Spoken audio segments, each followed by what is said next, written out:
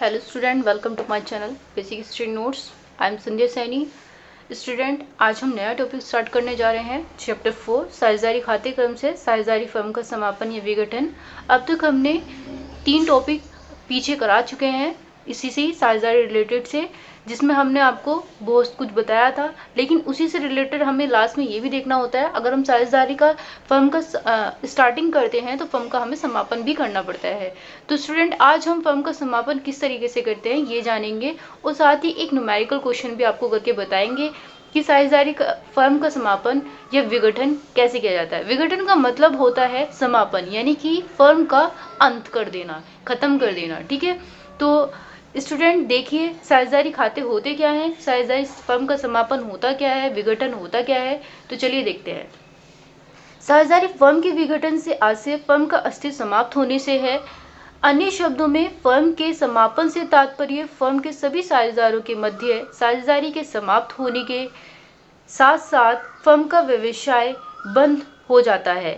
ठीक है स्टूडेंट, यानी कि कभी आपने देखा होगा कि जो साझेदार होते हैं उनके मध्य जो साझेदारी होती है वो समाप्त होने के तौर पर आ जाती है, जिससे हमें फर्म का व्यवसाय बंद कर देना पड़ता है। इसकी कंडीशन हम आपको नीचे बताएंगे। आखिर ऐसा होता क्या है कि जो फर्म का व्यवसाय बंद हो जाता है, ठीक है, तथा फर्म की समस्त संपत्तियों को बेचकर प्राप्त राशि से समस्त दायित्वों का भुगतान कर दिया जाता है। ठीक है, आगे दे रखा है, और अंत में समस्त साझेदारों का भुगतान कर दिया जाता है। इसमें हमारे जितने भी दायित्व होते हैं साझेदारों के बीच में, हम उनका भुगतान एक दूसरे से बराबर हिस्सों में कर देते हैं। ठीक है, ये देखने के लिए किसके पास कितना लाभ हो रहा है और किसको कितना प्रॉफिट हो रहा है, किसको कितना लॉस हो रहा है। तो साथ में ही हम क्या देखेंगे कि आगे जो हमारा टॉपिक होगा इसी से रिलेटेड होगा कि आखिर क्यों बंद हो जाता है साझेदारी फर्म का समापन, साझेदारी फर्म के समापन, अंत या विघटन की दशाएं। ठीक है स्टूडेंट, तो फर्म का समापन किस कंडीशन में होता है, पहले हम आपको एक टॉपिक और बता दें कि आखिर साझेदारी फर्म का विघटन किस तरीके से किया जा सकता है। हम ये भी कह सकते हैं कि साझेदारी फर्म जो भंग होने पर साझेदारी फर्म का विघटन हो जाना आवश्यक नहीं है, लेकिन फर्म का विघटन हो जाने पर जो साझेदारी होती है उसका समापन अनिवार्य रूप से हो जाता है, क्योंकि जब अगर साझेदारी भंग हो गई, साझेदारी ही नहीं रही, तो फर्म कैसे चलेगा, फर्म का समापन तो होना ही पड़ेगा। तो साथ में ही आगे देखेंगे हम साझेदारी फर्म के समापन और अंत का विघटन या दशाएं। हमने इसमें कुछ टॉपिक दे रखे हैं। हमारे जो टॉपिक हैं, नंबर 1 है समझौते ठहराव के अनुसार समापन, यानी कि समझौता हो या ठहराव हो तो हमें कैसे पता चलेगा कि ये बंद हो रहा है, इसके समापन से। समझौता, आखिर कैसा समझौता, जो समझौता है वो हमारा जो समझौता रहेगा वो इस तरीके का रहेगा, यदि साझेदार सहमत हो या उससे अनुबंध हुआ हो तो फर्म का विघटन किया जा सकता है। हम कह सकते हैं कि जिस प्रकार परस्पर समझौते द्वारा साझेदारी का विघटन उसी प्रकार से होता है कि जो उसी प्रकार मतलब सहमति या फर्म का विघटन या समापन किया जा सकता है। दूसरा पॉइंट जो है वो अनिवार्य का समापन है। अनिवार्य का समापन ऐसे कैसे होता है कि इसके हम कुछ टॉपिक आपको बता देते हैं कि आखिर क्या होता है कि अनिवार्य समापन हमें करना पड़ता है। तो किसी एक साझेदार के अलावा शेष साझेदार या सभी साझेदारों का दिवालिया घोषित कर देता है, यानी कि जब कोई दिवालिया हो जाए तो हमारा फर्म का समापन हमें करना ही पड़ता है। आखिर कोई ऐसी घटना, दूसरा पॉइंट हम बता सकते हैं कि जो ऐसी घटना घटित हो जाए जिसके कारण फर्म का व्यापार चलाना या साझेदारी द्वारा फर्म के साझेदारों को चलाना अवैध हो जाए। थर्ड पॉइंट में हम कहेंगे कि जब साझेदारी की संख्या सामान्य साझेदारी से यानी कि 20 से अधिक हो जाए या बैंकिंग व्यवसाय 50 से अधिक हो जाए। तो यदि फर्म में साझेदार अधिक हो जाएंगे तो फर्म का समापन कहीं ना कहीं किसी दिक्कत से हमारा बंद हो जाता है। तीसरा पॉइंट है किसी आकस्मिक घटना के घटित होने का समापन। तो किस तरीके से समापन होगा, कोई आकस्मिक घटना कैसे घट सकती है, जैसे कि फर्म का विघटन हो जाता है, जैसे कि किसी निश्चित उद्देश्य कार्य उपक्रम या उपक्रमों का पूरा हो जाना। ठीक है, निर्धारित अवधि को समाप्त कर देता है, यानी कि किसी साझेदार की मृत्यु हो जाना या फिर दिवालिया घोषित कर देना। दिवालिया का मतलब होता है कोई पागल हो जाना। ठीक है, किसी भी कंडीशन में कोई ना कोई ऐसी कंडीशन आ जाती है उसे दिवालिया करना ही पड़ता है, वो पागल हो जाता है या मृत्यु हो जाती है, तो हमारे किसी भी आकस्मिक घटना ऐसी आ जाती है। फोर्थ पॉइंट में हमें दे रखा है कि सूचना द्वारा समापन। आखिर सूचना द्वारा समापन किस तरीके से करेंगे हम, यदि साझेदारी ऐच्छिक है तो कोई भी साझेदार फर्म का भंग करने का अपने निश्चय लिखित सूचना देकर फर्म को भंग कर सकता है। 5th पॉइंट में न्यायालय द्वारा समापन कैसे किया जा सकता है। तो न्यायालय द्वारा समापन में हमारी बहुत सारी कंडीशन है कि जो न्यायालय है उसके द्वारा हम कैसे समापन करेंगे। यदि कोई साझेदार पागल हो गया, मैंने अभी आपको बताया कि दिवालिया हो जाना। दूसरे पॉइंट में हम कहेंगे यदि वाद प्रस्तुत करने वाले साझेदार के अलावा कोई भी एक साझेदार या साझेदार के रूप में अपने कर्तव्य का स्थायी रूप से अयोग्य ना हो, यानी कि अपना काम वो ढंग से ना कर रहा हो। 3rd पॉइंट में हम कहेंगे यदि वाद प्रस्तुत करने वाले साझेदार के अलावा अन्य कोई साझेदार किसी ऐसे आचरण के दोषी हो जिससे व्यापार के संचालन का प्रतिकूल प्रभाव पड़ने की संभावना हो। तो आप देख रहे होंगे कि कितनी सारी कंडीशन निकल के आ रही है कि न्यायालय द्वारा आके समापन कैसे होगा। अब कह सकते हैं कि फर्म के प्रबंध या व्यापार संचालन संबंधी अनुबंध को भंग कर दे, तो ये भी हो सकता है, यानी कि उसमें लड़ाई हो जाए आपस में साझेदारों में। या फिर कह सकते हैं यदि वाद प्रस्तुत करने वाले साझेदार के अलावा अन्य किसी साझेदार ने फर्म में अपने हित के किसी तीसरे पक्षकार को हस्तांतरित कर दिया गया हो। अगर हमारे पास 2 साझेदार है और हम में किसी तीसरे को भी ऐड कर लें, यानी किसी तीसरे साझेदार को भी ओढ़ ले आए, तो हमें अपना लाभ उसमें भी बांटना होगा। यदि 5th पॉइंट में हम आपको बताएंगे यदि फर्म का व्यापार केवल हानि उठाकर ही चालू रखा गया है तो फर्म चलाने का क्या फायदा कि हमारी हानि ही हो रही है, हमें तो लाभ भी देखना है। फिर 6th पॉइंट में हम बताएंगे अन्य कोई उचित या न्यायपूर्ण आधार जिस पर फर्म भंग की जा सकती हो। तो इसमें ऐसी बहुत सारी कंडीशंस होती हैं स्टूडेंट, जो हमारे न्यायालय द्वारा समापन किया जा सकता है। तो आपने देखा कि आखिर समापन और अंत और विघटन की दिशाएं जो है वो हमारी 5 रूपों में होती है कि समझौते या ठहराव के अनुसार समापन कर सकते हैं, अनिवार्य समापन यानी कि दिवालिये के रूप में भी कर सकते हैं, किसी आकस्मिक घटना के घटित होने के समापन में भी कर सकते हैं, या फिर सूचना द्वारा समापन और न्यायालय द्वारा समापन। तो स्टूडेंट ये था हमारा फर्म का समापन, अंत या विघटन की दशाएं। आगे देखते हैं कि फर्म के समापन के समय उत्पन्न होने वाली समस्याएं ऐसी कौन कौन सी आती है कि हम फर्म के समापन जब करते हैं तो हमें किस किस के नज़रिए से हमें गुजरना पड़ता है। तो हमारा सबसे पहले आता है हिसाब किताब का निपटारा। जब हम हिसाब किताब का निपटारा करेंगे तो वो किस तरीके से करेंगे, हम 2 तरीके से कर सकते हैं हिसाब किताब का निपटारा। पहला पॉइंट जो होगा हमारा वो होगा हानियों की पूर्ति, और दूसरा पॉइंट होगा वो होगा हमारा संपत्तियों का विभाजन। ठीक है स्टूडेंट। अब हानि की पूर्ति किस तरीके से की जाती है, सभी को पता होगा कि जैसे कि हानि की पूर्ति जब हमारे पास कुछ कमी हो जाएगी तो हानि ही होगी, सिंपल सी बात है। अब कमी कैसे होगी, अब कंपनी में आपके पास फर्म में कोई भी कमी है, साझेदार की कमी है, साझेदार ही ना रहे तो फर्म कैसे चलेगा। ठीक है, लाभ ना हुआ, हानि होती रही तो फर्म कैसे चलेगा। तो इस तरीके से हम क्या करेंगे, हिसाब किताब का निपटारा करेंगे।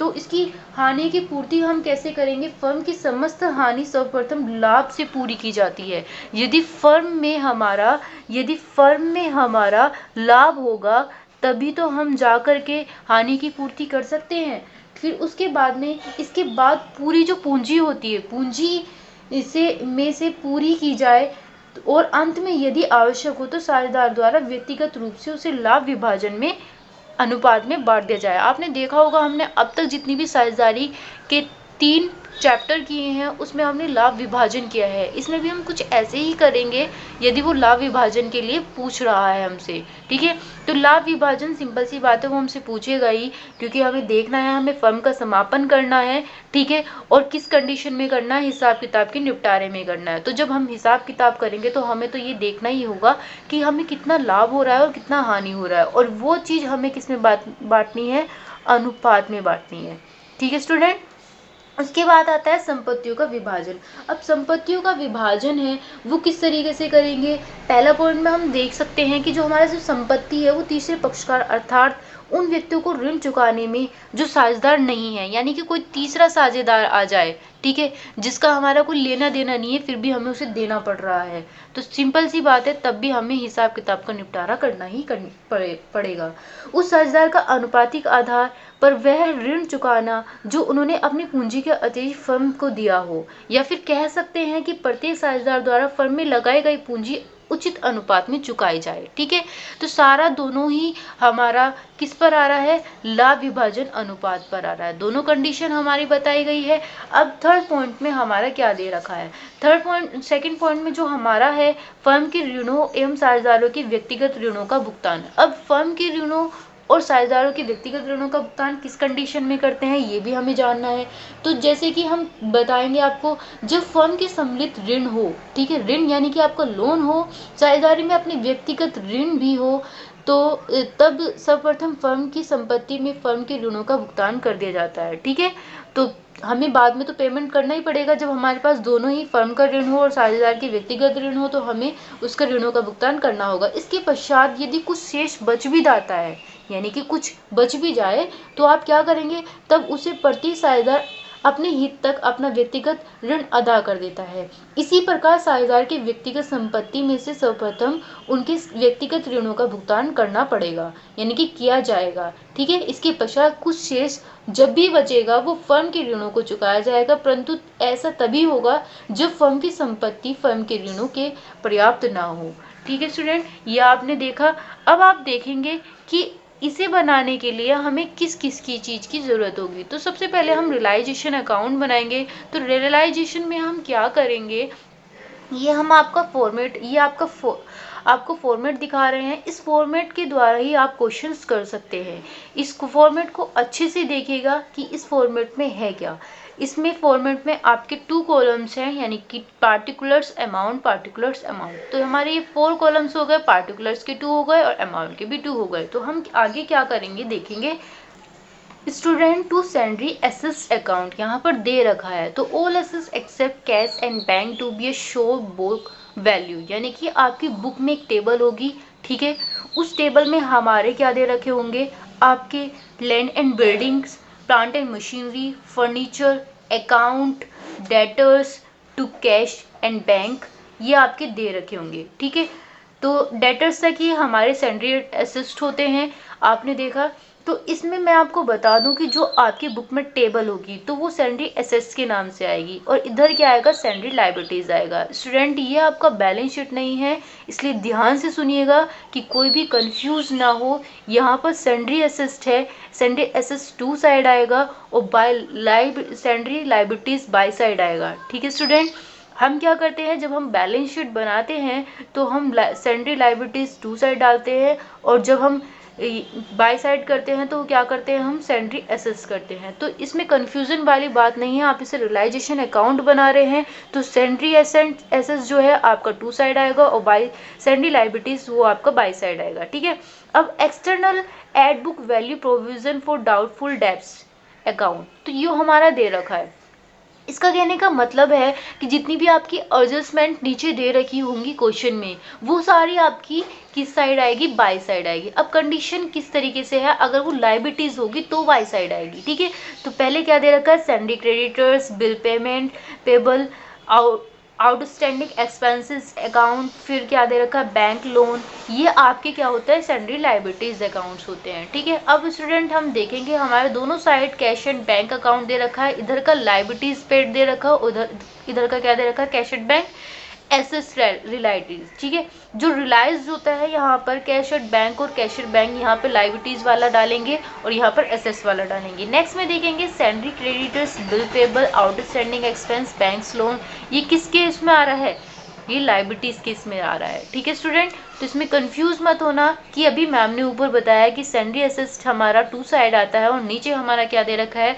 तो ये जब आप क्वेश्चन करोगे इस फॉर्मेट को याद रखना, क्वेश्चन करोगे आपको और आसान लगेगा जब हम आपको बताते चले जाएंगे। ठीक है स्टूडेंट, तो यहाँ पर cash and bank account liabilities जो दे रखी है वो आपकी नीचे आएगी यदि आपकी एडजस्टमेंट में दे रखी हो किसी अदर्स कंडीशन में जो आपकी पूछी गई है। ठीक है, अब यहाँ पे दे रखा है अगर एसेट्स आए तो land and building, plant and machinery और फर्नीचर स्टॉक आपका किस साइड आएगा, बाय साइड आएगा। स्टूडेंट इधर भी आएगा आपका to partners capital account if liabilities taken over by the partners. फिर यहाँ पर दे रखा है to cash at bank realisation expenses paid. अभी मैंने आपको कैश एंड बैंक अकाउंट बताया था, वो लाइबिलिटीज वाला बताया था, लेकिन अगर एक्सपेंसिव दे रखा हो तो भी वो इधर ही आएगा। ठीक है स्टूडेंट। फिर आगे दे रखा है डेटर दे रखा है, बाय पार्टनर्स कैपिटल अकाउंट दे रखा है, अगर एसेट का दे रखा है तो इधर आएगा। ठीक है। अब क्या आता है, ये दोनों आते हैं। यदि प्रॉफिट होता है पार्टनर्स कैपिटल में तो हमारा टू साइड आएगा, और यदि लॉस होता है तो हमारा इस साइड आएगा। तो स्टूडेंट हम आपको एक क्वेश्चन न्यूमेरिकल करके दिखाने जा रहे हैं, जिससे आपको बहुत आसानी से समझ में आ जाएगा कि आखिर टेबल में ऐसा क्या था जिससे हमारा क्वेश्चन और आसान हो गया। ठीक है स्टूडेंट। तो हम इसी टेबल के जरिए हम उस क्वेश्चन को करेंगे, आपको और बेस्ट समझ में आ जाएगा। ये देखिए स्टूडेंट, ये आपका सेकंड क्वेश्चन है। विनय एवं सोनू एक फर्म में साझेदार हैं जो लाभ हानि का बराबर बराबर विभाजन करते हैं। जब हमारा लाभ निकल के आएगा तो हम बराबर हिस्सों में बांटेंगे इक्वल करके। उन्होंने 31 दिसंबर 2015 को फर्म का विघटन करने का निश्चय किया। उक्त तिथि को फर्म का चिट्ठा निम्नवत था। ठीक है, ये हमारा क्वेश्चन है। अब इसमें हमारा टेबल दे रखा है, एक तरफ दायित्व का और दूसरी तरफ संपत्ति का दे रखा है। तो दायित्व में हमारा क्या दे रखा है, बैंक लोन 5500, विविध लेनदार 10,500, पूंजी विनय की 15,000, सोनू की 10,000, दोनों को ऐड करा 25,000। इन तीनों को ऐड करके हमारा 41,000 आया। इसी तरीके से हम संपत्ति का देखेंगे, कैश का हमारा 2,000 आया, विविध लेनदार 11,240, स्टॉक हमारा क्या दे रखा है 12,125, प्लांट एंड मशीनरी 10,635, और ख्याति दे रखी है हमारी 5,000। ठीक है, इन सबको टोटल करके हमारा 41,000। अब देखेंगे स्टूडेंट एडजस्टमेंट। एडजस्टमेंट में इसमें क्या दे रखा है, प्लांट एंड मशीनरी कितनी दे रखी है 9,500 की दे रखी है, स्टॉक 11,500 का दे रखा है, विविध देनदार 11,000 प्राप्त हुए हैं, समापन व्यय है हमारा 1,000 रुपये था। तो बैंक लोन का पूर्ण रूप से भुगतान किया गया, विविध लेनदारों का भुगतान 525 छूट काट कर दिखाया गया। क्या दे रखा है, छूट काट कर दिखाया गया, यानी कि जो भी आपका लेनदार होगा वो आप काट कर दिखाएंगे। ठीक है, समझ में आ गया। लेनदार हमारे 10,500 के थे, तो हमारे 525 इसमें से घटा करके हम अपना शो करके दिखाएंगे। चलिए स्टूडेंट, ये थे हमारा क्वेश्चन, और इसे देखेंगे फर्म की पुस्तकों को बंद करने के लिए। इसमें बनाएंगे हम वसूली खाता, रोकड़ खाता और साझेदारी पूंजी खाते को खोल रहा है। ठीक है, तो इस क्वेश्चन को करते हैं। क्वेश्चन का सॉल्यूशन जब हम करेंगे तो ये मैंने आपको बताया था, सैंडरी एसेट हमारी किस साइड आएंगी, टू साइड आएंगी। तो हम इसे किस में डालेंगे, टू साइड डालेंगे। To sundry asset. ठीक है, क्या क्या दे रखा था हमारा, डेटर, आप क्वेश्चन में देख सकते हैं। क्वेश्चन यदि नहीं है आपके पास में तो मैंने अभी आपको वीडियो में दिखाया है, आप उसे बैक करके देख सकते हैं। स्टॉक हमारा कितना दे रखा है 12,125। फिर उसके बाद में प्लांट एंड मशीनरी कितनी दे रखी है हमारी 10,635 की। फिर हमारी गुडविल भी दे रखी है, गुडविल को भी हम डाल देंगे। गुडविल हमारी एसेट होती है, यहाँ पर कितना आएगा 5,000 दे रखा है। इन चारों को हम ऐड कर देंगे, ऐड करने के बाद में हम उसे यहाँ पर लिख देंगे, आ रहा है हमारा 39,000। ठीक है स्टूडेंट, ये था। अब हम डालेंगे बाय साइड। बाय साइड क्या आएगा, सैंडरी लायबिलिटीज आएगी। ठीक है, अभी मैंने आपको बताया था किस साइड आएगा, यहाँ पर क्या आएगा सैंडरी लायबिलिटीज। अब सैंडरी लायबिलिटीज में हमारा है क्या, क्रेडिटर्स है, तो हम यहाँ पे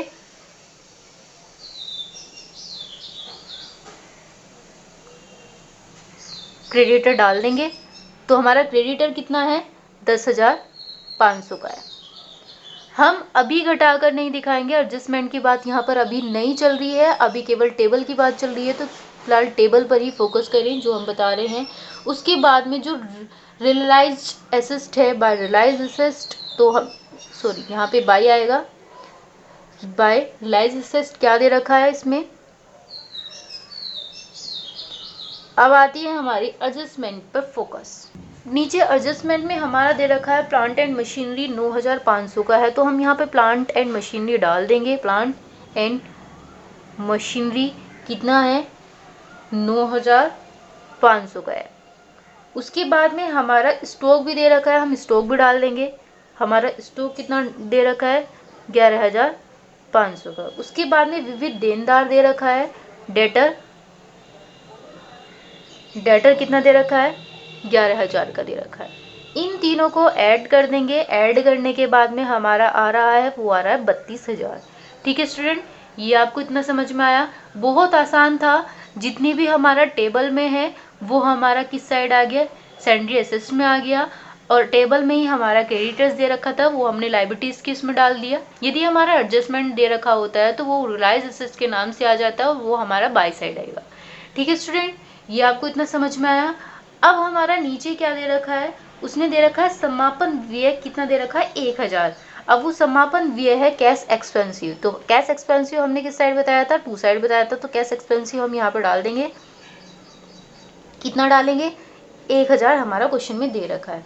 अब स्टूडेंट मैंने आपको ये भी बताया था विविध लेनदार का भुगतान 525 छूट काट कर किया गया। मैंने आपको अभी फॉर्मेट जो बताया था उस फॉर्मेट में मैंने आपको डेटर्स क्रेडिटर्स बताए थे और क्रेडिटर्स क्या बताए थे, वो आपके टू साइड बताए थे। तो टू साइड हम लिखेंगे, लेकिन हम क्या करेंगे, वो हम घटा कर लिखेंगे। ठीक है, एडजस्टमेंट में यदि एसेस्ट है तो वो इस साइड आएगी और लाइबिलिटीज है तो वो हमारी इस साइड आएगी। इस बात का ध्यान रखना सभी स्टूडेंट।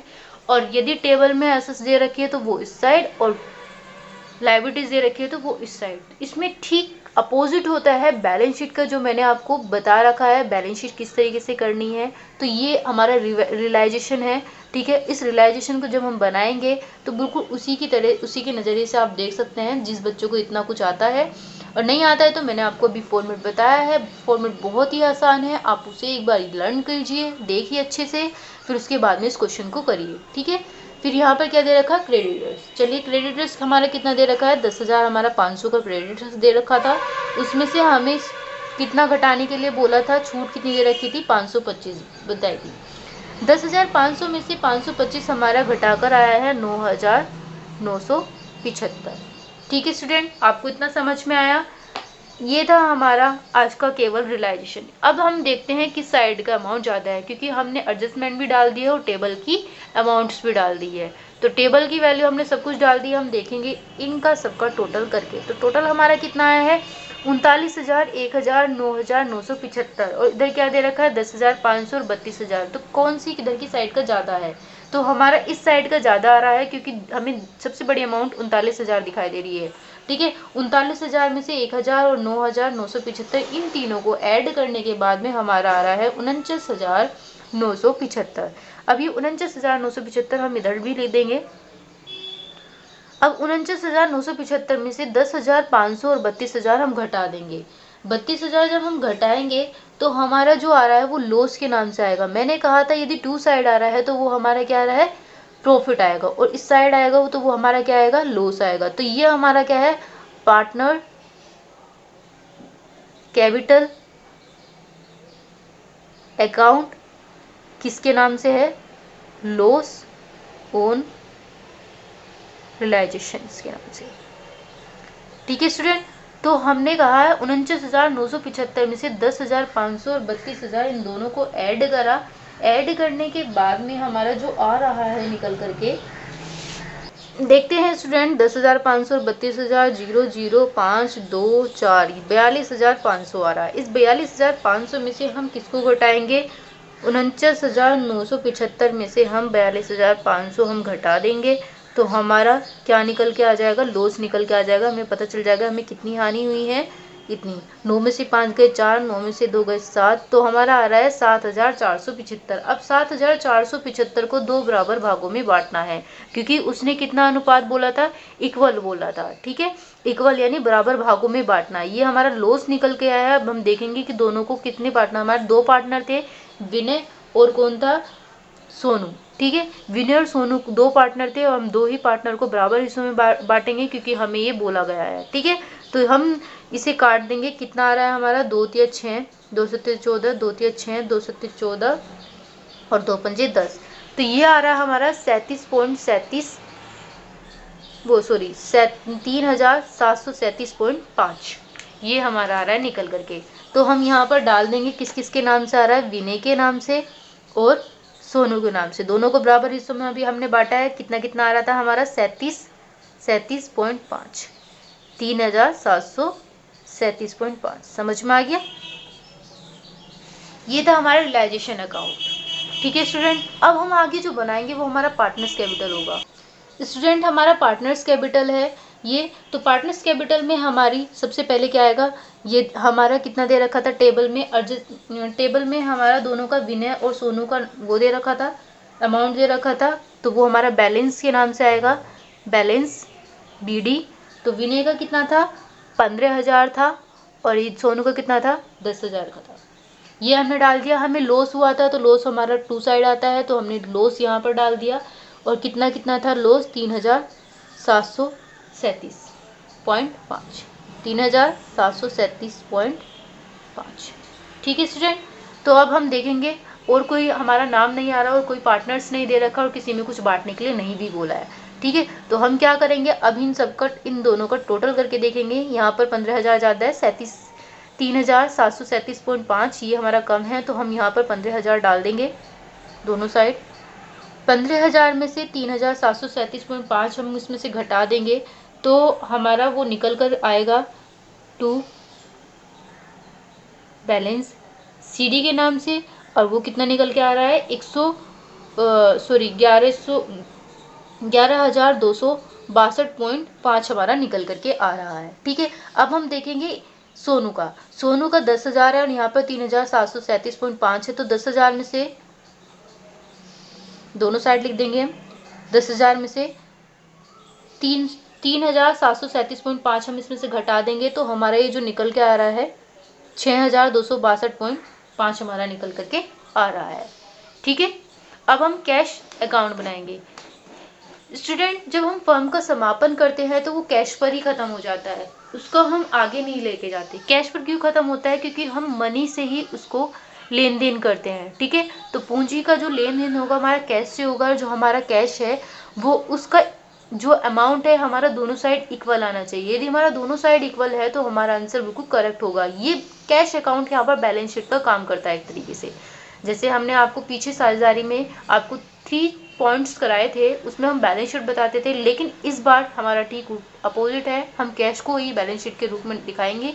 दोनों साइड हमारा कैश अकाउंट यदि इक्वल आता है तो हमारा करेक्ट आंसर है, और नहीं आता है तो हमारा रॉन्ग आंसर हो जाएगा। ठीक है, चलिए हम करते हैं आगे। हमारा यहाँ पर 2 साइड आएगा। 2 साइड क्या रहा है, रियलाइजेशन अकाउंट हमारे क्वेश्चन में दे रखा है। क्वेश्चन में क्या दे रखा है हमारा, एडजस्टमेंट हमारी मैंने इस साइड डाली थी एसएस की हमारी कितनी आई थी 32,000, तो ये हमारी साइड आ जाएगी 2 साइड में कैश में। ठीक है, तो हम यहाँ पर कैश में डाल देंगे 32,000। ठीक है, आपने पीछे देखा अभी। उसके बाद में हम डालेंगे कितना, 2 बैलेंस आया था हमारा, यानी कि बैलेंस हमारा क्वेश्चन में ही दे रखा है, बैलेंस BD कितना दे रखा है, बैलेंस हमारा 2,000 दे रखा है। कैश जो दे रखा है, कैश को हम कैश के उसमें नहीं लिख सकते हैं, नाम से नहीं लिख सकते हैं, तो इसलिए हमने बैलेंस BD के नाम से यहाँ पे 2,000 डाल दिया। अब स्टूडेंट, हमने क्वेश्चन में ही हमारा एक्सपेंसिव दे रखा था। मैंने कहा था प्रत्येक एडजस्टमेंट हमारी 2 जगह आती है, तो एडजस्टमेंट में हमारा नीचे ये दे रखा है समापन व्यय। समापन व्यय क्या दे रखा है, कैश एक्सपेंसिव, और कैश एक्सपेंसिव किस में आ जाएगा हमारा, इसमें आ जाएगा। कैश एक्सपेंसिव है तो हमारा 1,000 दे रखा है। ठीक है, अब हमारे क्वेश्चन में लोन भी दे रखा है, हम लोन भी डाल देंगे। ठीक है, तो लोन हमारे कितना दे रखा है, यानी बैंक लोन जो दे रखा है वो हमारा 5500 दे रखा है। हम यहाँ पे 5,500 हमने यहाँ पे डाल दिया। बाय क्रेडिटर भी दे रखा है। क्रेडिटर मैंने आपको बताया था कि क्रेडिटर हम शो करके दिखाते हैं। क्रेडिटर मैंने आपको घटा करके बताया था कि विविध लेनदार का भुगतान 525 छूट काटकर दिखाया गया है। मैंने अभी पीछे रियलाइजेशन अकाउंट में दिखाया है, आप वहाँ पर देख सकते हैं। चलो मैं आपको दिखा देती हूँ। ये देखिए स्टूडेंट, क्रेडिटर है 10,500, 525 इसमें से हमने घटाए हैं, तो 9,975 हमारा घट के आया था। लिख देंगे तो हमारा कितना आ रहा था, हम यहाँ पर 9,975 हमारा निकल के आया था, हमने यहाँ पे लिख दिया। फिर इसके बाद में हमारा विनय का पार्टनर्स कैपिटल आया था, उस पार्टनर्स कैपिटल को हम इस साइड डाल देंगे। तो विनय की जो कैपिटल्स थी, विनय की कैपिटल और सोनू की कैपिटल, दोनों की डालेंगे हम यहाँ पर।